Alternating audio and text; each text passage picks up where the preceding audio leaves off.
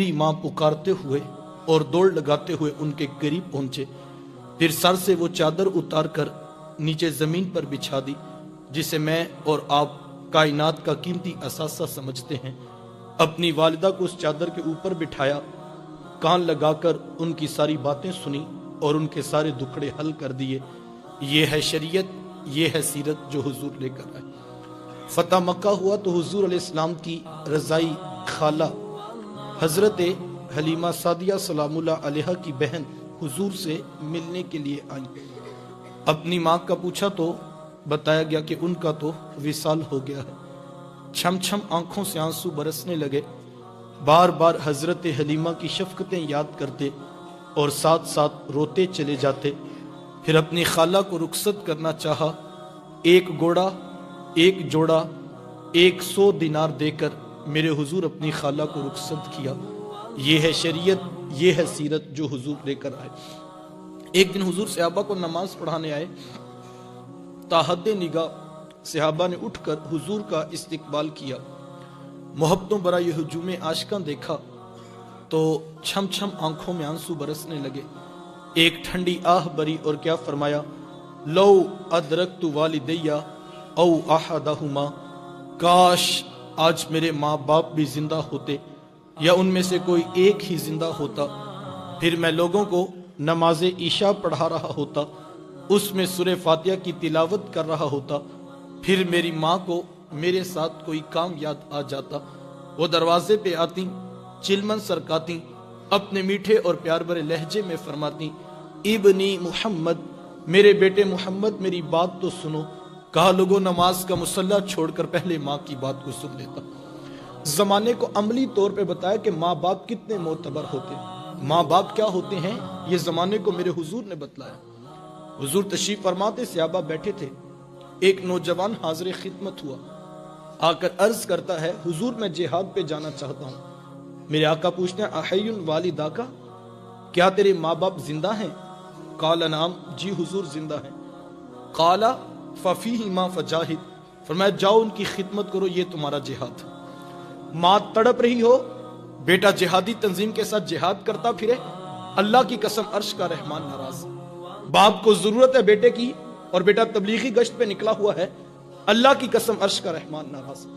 माँ बाप बीमारी में गिरे हैं, वो फालिज में मुब्तला हैं और बेटे पीर की चौखट पे झाड़ू देते फिरते हैं, अल्लाह की कसम अर्श का रहमान नाराज। ये आज के 2 नंबर और डब्बे पीर तो हैसियत क्या रखते हैं। अगर कोई शख्स माँ बाप को तड़पता छोड़कर हुजूर गौसे आजम रदी अल्लाह ताला अन्हु से भी फैस लेना चाहे तो उसे कुछ नहीं मिल सकता। पहली मुर्शिद तो माँ है, सबसे बड़ा पीर तो तेरे घर तेरा बाप बैठा है, उनकी खिदमत कर, ये तेरे लिए जिहाद जैसा अफजल अमल है। और ये मैं नहीं कह रहा, ये अल्लाह के रसूल फरमा रहे हैं। लेकिन आज हम मुआशरे का मुहासबा तो करें। कोई तहरीक के पीछे भाग रहा है, कोई तंजीम के पीछे भाग रहा है, कोई इनकलाब में हिस्सा डालने जा रहा है, कोई पीर की चौखट मल के बैठा है, कोई दोस्तों की टोलियों को आबाद करना जिंदगी का मिशन समझता है।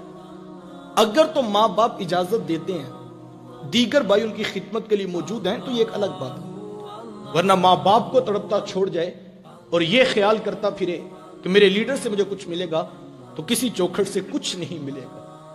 यार ये कैसा सितम है कि सुबह के वक्त 60 साल का बूढ़ा बाप जवान बेटे की मिन्नत करता है और कहता है, बेटा आज दुकान पे रश ज्यादा है, गाहकों की भी भीड़ है और मेरी तबीयत कुछ नासाज है, तो तुम जरा दुकान पर कुछ वक्त ज्यादा देना। तो नौजवान आगे से क्या कहता है, कोई जीता है तो जिए, कोई मरता है तो मरे, मैंने पीर के दरबार पे जरूर जाना है। ये दीन किसने सिखाया है? ये अल्लाह के रसूल की तालीमात तो नहीं। यार हुजूर अलैहिस्सलाम ने तो यहां तक इरशाद फरमा दिया कि मैं नमाज का मुसल्ला छोड़कर पहले माँ की बात को सुन लेता। अल्लाह अकबर। इस सारे मजमून को 2 जुमलों के अंदर समो के रख दिया और इरशाद फरमाया, रिज़ाउल्लाहि फी रिज़ाइल वालिद व सख़तुल्लाहि फी सख़तिल वालिद। फरमाया जिसका बाप राजी है, मैं मोहम्मद जमानत देता हूं उसका अर्श का रहमान भी राजी है, और जिसका बाप नाराज है उसका अर्श का रहमान भी नाराज है। कायनात की कीमती शायद जन्नत थी, खींच करके माँ के कदमों तले बिछा दी। एक एक रिश्ते का तकद्दुस मुआशरे को मेरे हुजूर ने सिखलाया।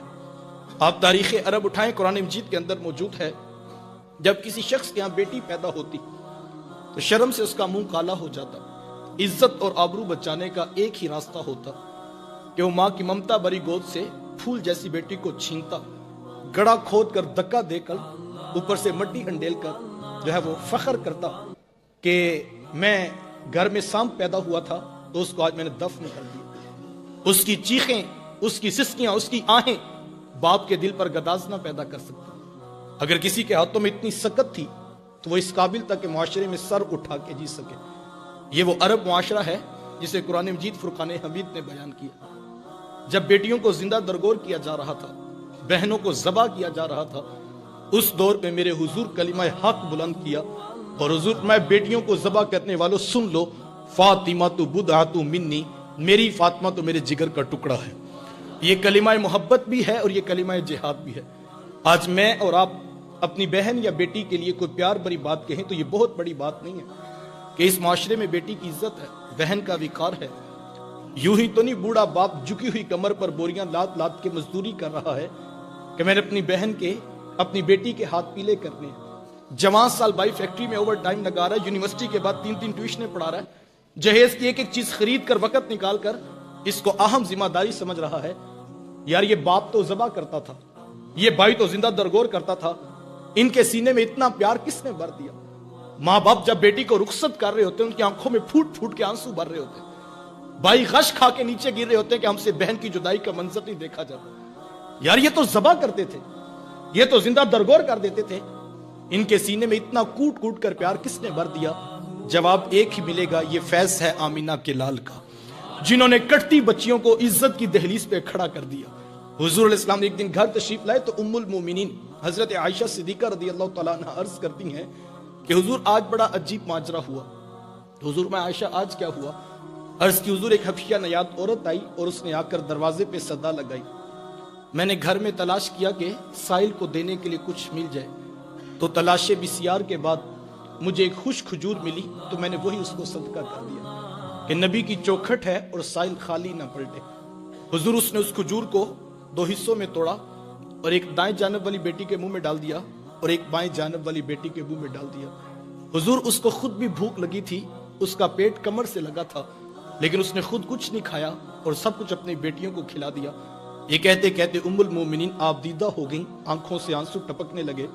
تو حضور میں اے عائشہ سنو، اگر کل قیامت کے دن ان بچیوں کی ماں کو جہنم میں جانے کا حکم ہو گیا تو یہ بیٹیاں درمیان میں آڑ بن کے کھڑی ہو جائیں گی۔ مالک ہم تو اپنی ماں کو جہنم میں نہیں جانے دیں گے، اللہ ان بچیوں کی سفارش قبول کر کے ان کی ماں کو جنت کی راحت عطا کر دیں۔ کہاں بیٹیاں باعث شرم سمجھی جاتی تھیں اور کہاں دخول جنت کا